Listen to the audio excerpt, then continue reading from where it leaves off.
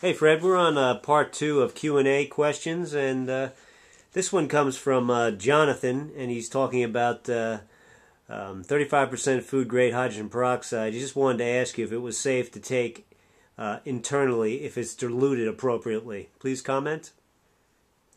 Well,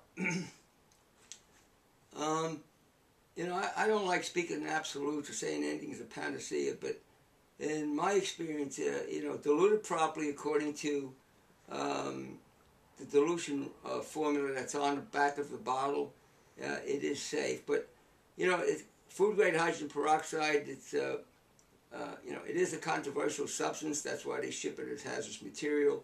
Traditionalists think it could cause free radical damage. I've seen plenty of people take baths with it. I take baths with it myself. I have taken it internally years ago, but it's not something that I could legally prescribe for anybody. So it is safe based on my experience.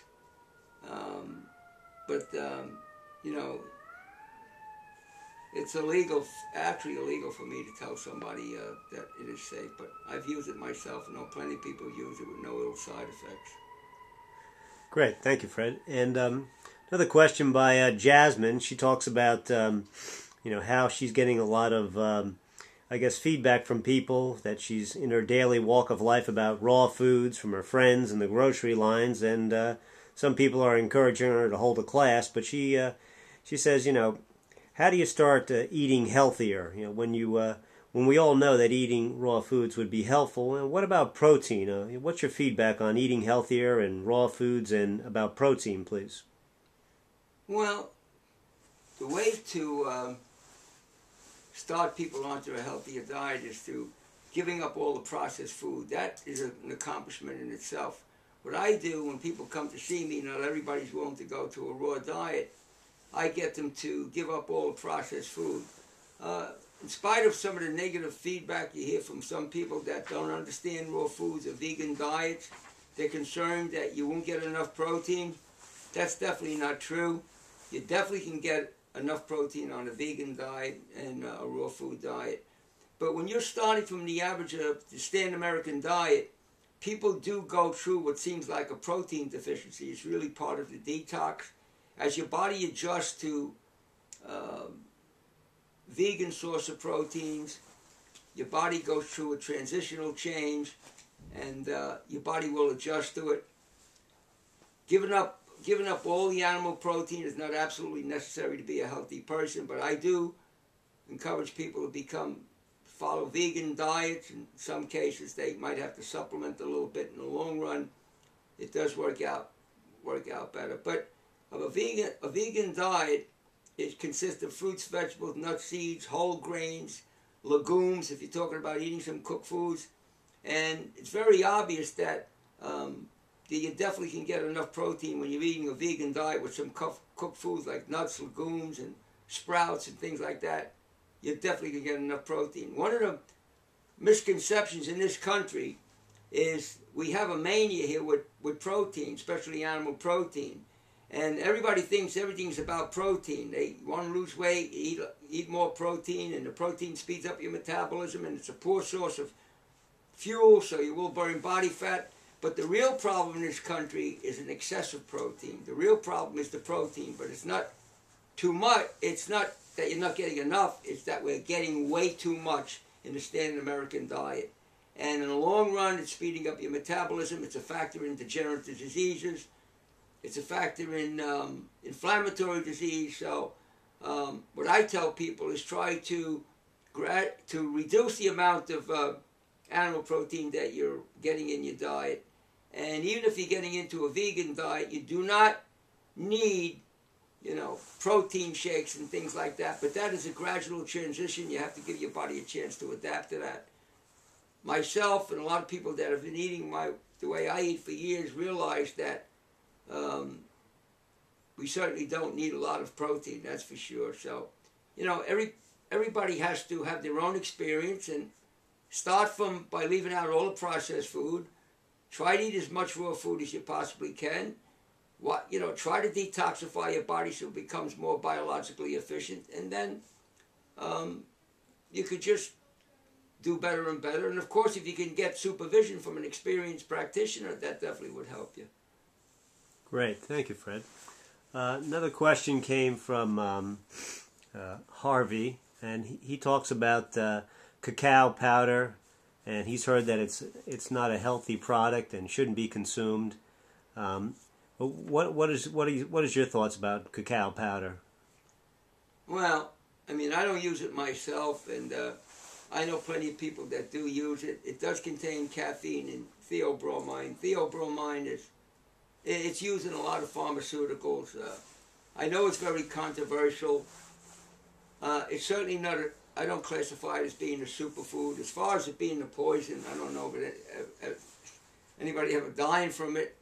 I know plenty of people that use it, and it definitely can be addicting. I've seen a few people have trouble with it. One fellow that came to see me was using it extensively, and it took him about 2 weeks to get off it. He was shaking for about a week and a half.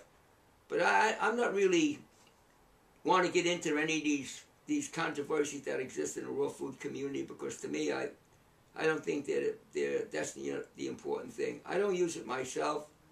I tried it once in my life. Somebody gave me some. I certainly didn't feel well from using it. But there are people out there that are using it.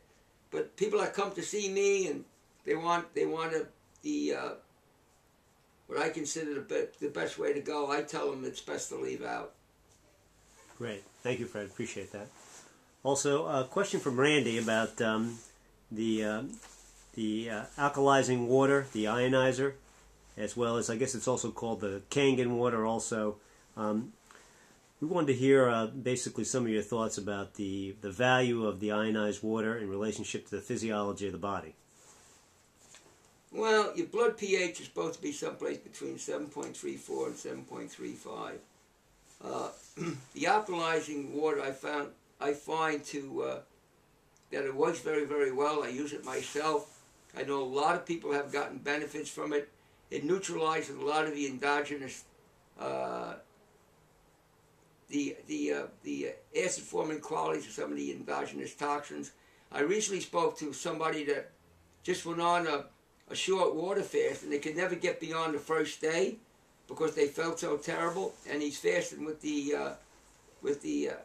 alkaline water, and he said he feels absolutely wonderful. He's only a third day into it. He's not really into the fasting state. So I do recommend them. A lot of people think it's a rip-off, it's a hoax. It's not. It works very, very well. The bottom line is that people see improvement. People with inflammatory disease, like arthritis, they definitely see the difference. It makes them feel better. And I drank distilled water for over 30 years, and I like the alkaline water better. I find it serves my purposes much better, and I encourage people to use it. Great. Thank you, Fred. And our last question is Maria from London talks about how she has been on the raw food lifestyle for 2 to 3 years, but she says she has a problem that she ends up losing too much weight, and particularly around her face, which makes her look older than her years are, which she's not too happy about. Can you give her some feedback off of that, please?